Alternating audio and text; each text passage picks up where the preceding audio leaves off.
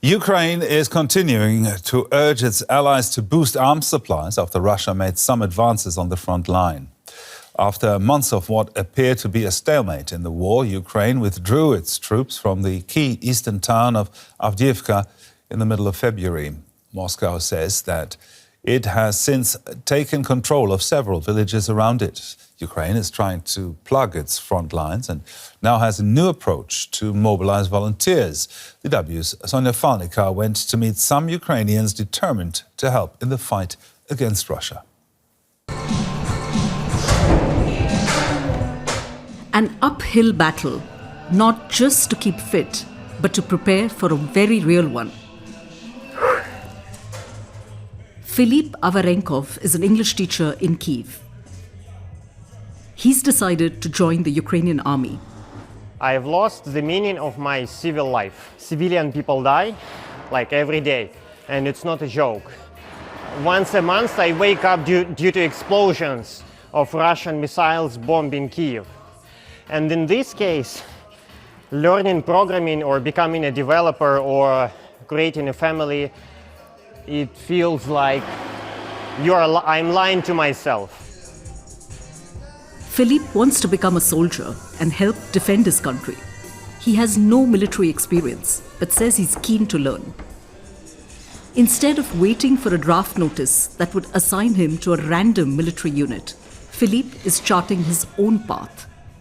As part of a bid to boost recruitment, Ukrainians can choose their own military roles. Filip has picked the unit he wants to serve in, the prominent Da Vinci Wolves. They recently opened their own recruitment center in Kyiv. Filip is here for an interview. He's done his homework. He says he finds the battalion professional and admires their values and their commander. The unit only accepts people who apply voluntarily. It's offering jobs in the infantry and for medics, but also in logistics and drone operations. After an initial 5-day camp, applicants can sign a contract and get advanced training. For now, the recruitment center's biggest task is to dispel fears around the military. I think that the most common fear is fear that they will join us and we will immediately send them to the front lines. Of course, this will never happen. Nobody goes to the front lines before they get all the required training. Plus, lots of people are afraid that we will offer them one position. When they join us, we will just send them to infantry. No, this will not happen. If we promise something, we will do it. Fears around mobilization have heightened amid reports of mounting losses at the front and a shortage of munitions and men. As Parliament debates a new bill to recruit more troops, reports of draft officers serving call-up notices on the streets to men of fighting age have added to the anxiety. Many do want to help the war effort, but not only on the front. The government has turned to the market to help. Vladislav Reziv heads a major online recruitment agency that works with the Defense Ministry. They advertise thousands of jobs with hundreds of military units, provide information and help with the recruitment process. He has different forces, ground forces, Navy, Air Forces. They've received over 74,000 applications so far for positions ranging from drivers, mechanics, communication and IT specialists, engineers to assault soldiers, and even dog trainers. The whole process is voluntary. For society, for people, it's very important to control their future as much as possible. People want to trust their future commander. They want to know that it would be professional. But this flexible approach has not been enough to address the actual problem of boosting troop numbers at the front. Vladislav admits the biggest vacancies are in the infantry and medical corps. Back near the recruitment center, Filip is happy with how his interview went. He hopes to sign up soon and spur on others to do the same. It's difficult to imagine how horrible war is unless you live in Ukraine.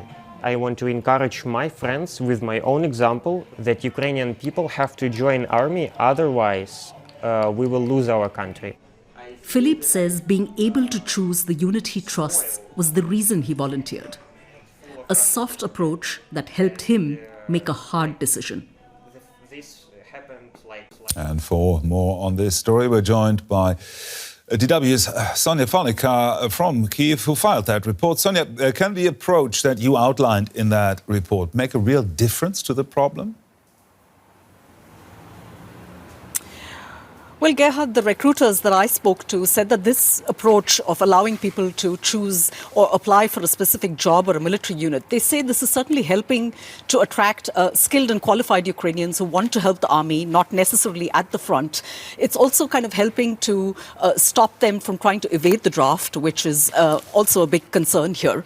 But it's not really helping to solve this problem of replacing exhausted troops at the front line. By one estimate, Ukraine needs about 400,000 combat-capable troops at the front, and this approach doesn't help with that. One of the things that we saw in that report is that applications are soaring for kind of non-risky positions in the army with this approach, but the challenge remains to fill the kind of combat positions. Now, Ukraine's parliament is debating a mobilization bill. What measures does it contain, and will that help? Well, since the beginning of the full-scale invasion, men in Ukraine between the ages of 18 and 60 are banned from traveling outside the country. Men who are 27 and above are eligible for the draft, with some exceptions. And this bill that is being debated by the Ukrainian parliament for months now essentially aims to, kind of expand the scope of this existing draft by lowering the age of conscription to 25. It most likely will also introduce stricter penalties for draft dodgers. But I think one of the fundamental problems is that Ukraine still lacks a kind of coherent mobilization strategy. President Zelensky has been criticized for having failed to really forge a political consensus on this issue so far. And so I think in the absence of this, we're seeing now the army kind of relying on a kind of hodgepodge of recruitment efforts, which has in turn, I think, caused a lot of panic and fear among men of fighting age in Ukraine. Sonia, what's your impression as this war drags on? Are people in Ukraine still willing to fight? Well, Gerhard, the honest answer is as this war has dragged on, the mood has changed here, with losses mounting, with a near stalemate on the battlefield. People here are tired. I think there are fewer people willing to fight, and that is a real problem. There are reports of men, trying to hide at home from recruitment officers, thousands of men who have reportedly left the country in order to evade the draft.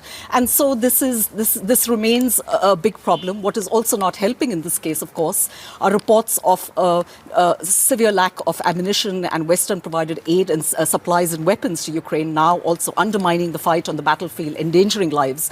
And I think this is also really scaring people here. Our correspondent, Sonia Fonica, they're reporting from Kyiv. Thank you very much, Sonia. I'm now joined by military analyst Marina Miron from King's College London's War Studies Department. Marina, what does Ukraine need more right now, munitions or manpower?